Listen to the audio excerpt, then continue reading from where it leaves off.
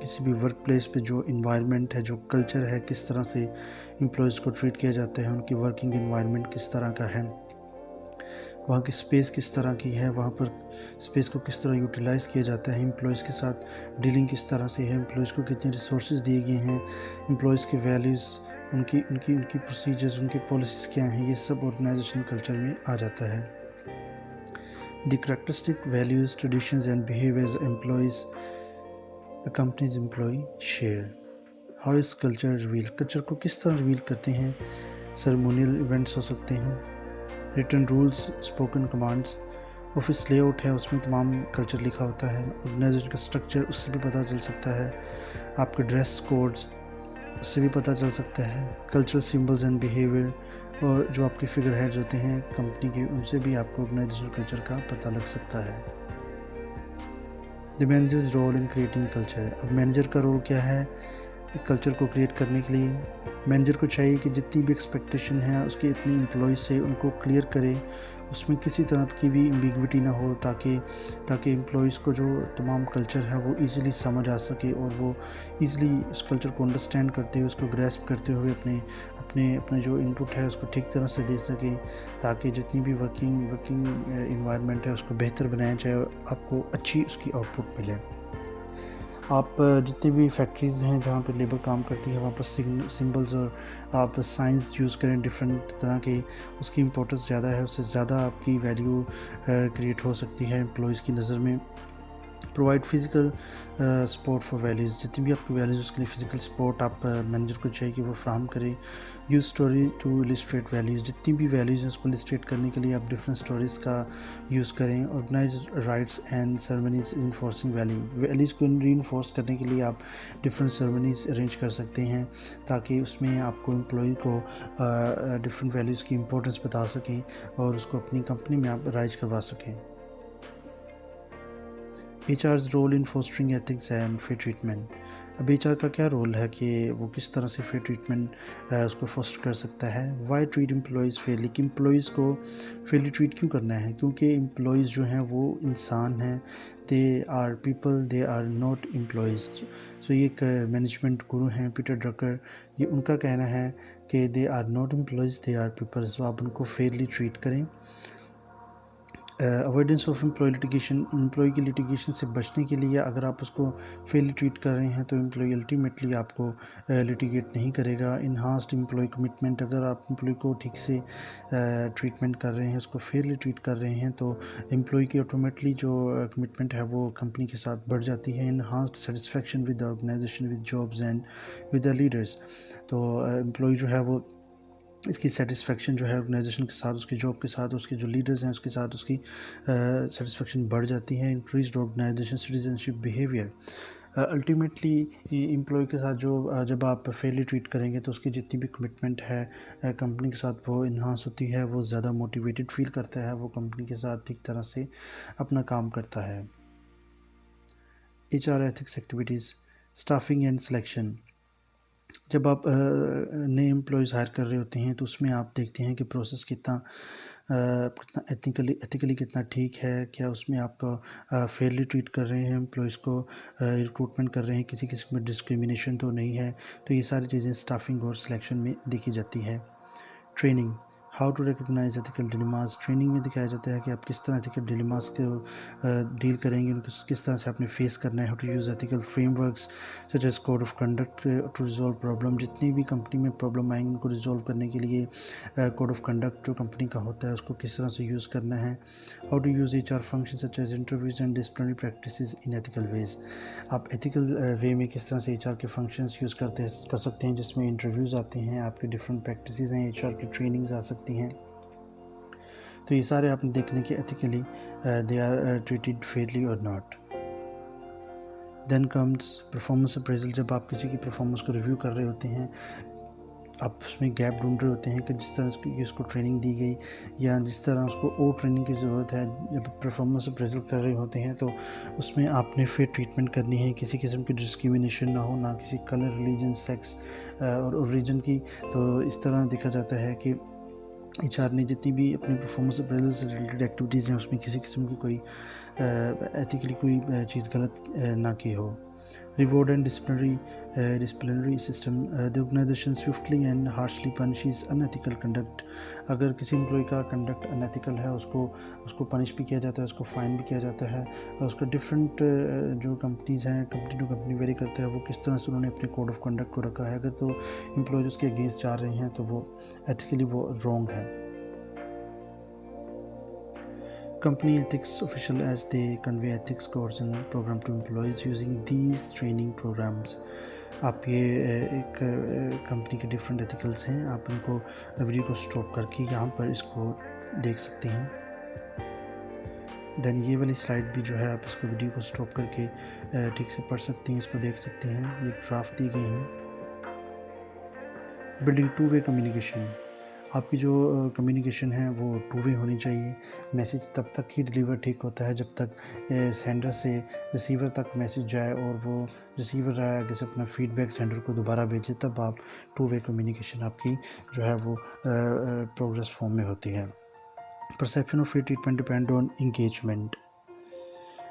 جتنے بھی ڈیسیجنز ہیں آپ انڈیویجولس کو اس میں جو ہے وہ انوالو کریں تاکہ ان کی انگیجمنٹ ہو، ان کو بھی انپٹ دینے کی آپ پرمیشن دیں تاکہ وہ اپنے ڈیسیجنز میں انپٹ دے سکیں، تاکہ جتنی بھی آئیڈیاز ہیں اور جتنے بھی ایگزمپشنز ہیں آپ ان کو بھی کنسیڈر کریں، اور امپلائی کی جو ڈیسیجن میکنگ میں ان کو آپ پرمیشن دیں تاکہ وہ بھی آپ کو انپٹ دیں اور اس چیز کو آپ ویلیو کریں. اس طرح جو ہے وہ امپلائی کی انگیجمنٹ زیادہ ہوگی. ان کو ایکسپلین کریں، ensuring that everyone involved and affected understands why final decisions are made. ان کو ایکسپلین کریں کہ جو فائنل ڈیسیجن ہے اس کو کیوں بنایا جا رہا ہے، اس کی ضرورت کیوں پڑی ہے. ایکسپیکٹیشن کلیئرٹی، اور اس کو جتنی بھی ایکسپیکٹیشن ہے اس کی تمام کلیئرٹی ہونی چاہیے. Making sure everyone knows upfront by what standards they will be judged and the penalties for failure. آپ جب کوڈ آف کنڈکٹ بنا رہے ہوں تو امپلائیز کو کلیئرلی پتہ ہونا چاہیے کہ آپ کا کمپنی کی طرف سے کون کون سے اسٹینڈرڈ سیٹ کر رہے ہیں اور ان کو کن اسٹینڈرڈز پر جج کیا جائے گا. اس طرح ان کو کسی قسم کی بھی ایمبیگوٹی نہیں رہے گی. Employee discipline and privacy. Employee کا ڈسپلن کس طرح ہونا چاہیے اور امپلائی کی پرائیویسی کیا ہے. Basis for a fair and just discipline process. Clear rules and regulations. جتنے بھی آپ کی کمپنی وائڈ، آرگنائزیشن وائڈ جتنے بھی رولز ہیں A to Z تمام امپلائیز کو کلیئرلی ڈیفائن ہونے چاہیے. تمام ریگولیشنز امپلائی کو کلیئرلی ڈیفائن ہونے چاہیے. ہر ایک امپلائی کو آپ پرسنلی انفارم بھی کر سکتے ہیں. System of progressive penalties. Progressive penalties ہوتا ہے جس طرح فار ایگزامپل آپ روڈ پر جا رہے ہیں، آپ کا ایک چلان ہوتا ہے. کئی ممالک میں اس طرح ہوتا ہے کہ آپ کو جتنے آپ کے ٹکٹس ہوں گے، جتنے آپ کو چلان ہوگا، آپ کے اتنے ہی اس چیز میں پروگریس ہوتی رہے گی. آپ کو آپ کی اس کوڈ میں زیادہ سے زیادہ لائک ایک بار اگر چلان ہوا ہے، ایک بار ٹکٹ کٹی ہے، تو نیکسٹ ٹائم اگر آپ کاٹیں گے تو آپ کو فائن زیادہ ہوگا. نیکسٹ ٹائم اس سے پھر زیادہ اگر آپ کریں گے تو پھر آپ کو زیادہ فائن ہوگا. اس کو کہتے ہیں پروگریسو. تو اس طرح پروگریسو سسٹم پینلٹیز رکھی جائیں تاکہ اگر امپلائی ایک دفعہ کچھ غلطی کرتا ہے تو اس کو جو پینلٹی پڑی ہے، اگر وہ نیکسٹ ٹائم دوبارہ اس طرح کی پینلٹی مسٹیک کرتا ہے تو اس کی جو مسٹیکس ہیں اس میں ایڈ ہوتے جائیں گے اور اس کو اس بنا پر اور پینلٹی ڈالی جائے گی. And appeal process. Appeal process ایسا ہے کہ جب امپلائی کسی قسم کی امپلائی کے خلاف ایکشن لیا گیا ہے تو اس کے خلاف جو ہے امپلائی اپیل کر سکتا ہے. اس طرح سے وہ فیئرلی ٹریٹ کیا جا سکتا ہے. ڈسپلننگ این امپلائی. آپ اس سلائڈ کو سٹاپ کر کے تمام جو کویسچنز ہیں، تمام جو پوائنٹس ہیں، ایزیلی ان کو پڑھ سکتے ہیں. یہ کسی بھی امپلائی کو ڈسپلن کرنے کے لیے یہ والی چیزیں، یہ پوائنٹس زیادہ ضروری ہیں. اس فارم کو آپ ویڈیو کو سٹاپ کر کے دیکھیے گا. اب یہ والا فارم بھی ویڈیو کو سٹاپ کر کے دیکھیے گا. Discipline without punishment. اب پنشمنٹ کے بغیر آپ کس طرح ڈسپلن لا سکتے ہیں امپلائیز میں. سب سے پہلے آپ ان کو ایک اورل ریمائنڈر دیں کہ آپ نے یہ والی مسٹیک کی ہے. Should another incident arise with 6 week. اگر 6 ویکس کے اندر ایک اور انسیڈنٹ ارائز ہوا، آپ اس کو ریٹن ریمائنڈر دیں اور جس کی آپ کاپی جو ہے امپلائی کی پرسنل فائل میں بھی ایڈ کر سکتے ہیں. اور پھر آپ امپلائی کو ایک دن دیں ڈیسیجن میکنگ کے لیے. ٹھیک ہے. If no further incident occur in the next year. اگر اگلے سال کوئی بھی انسیڈنٹ اکر نہیں ہوتا، تو 1 day suspension from the person's file.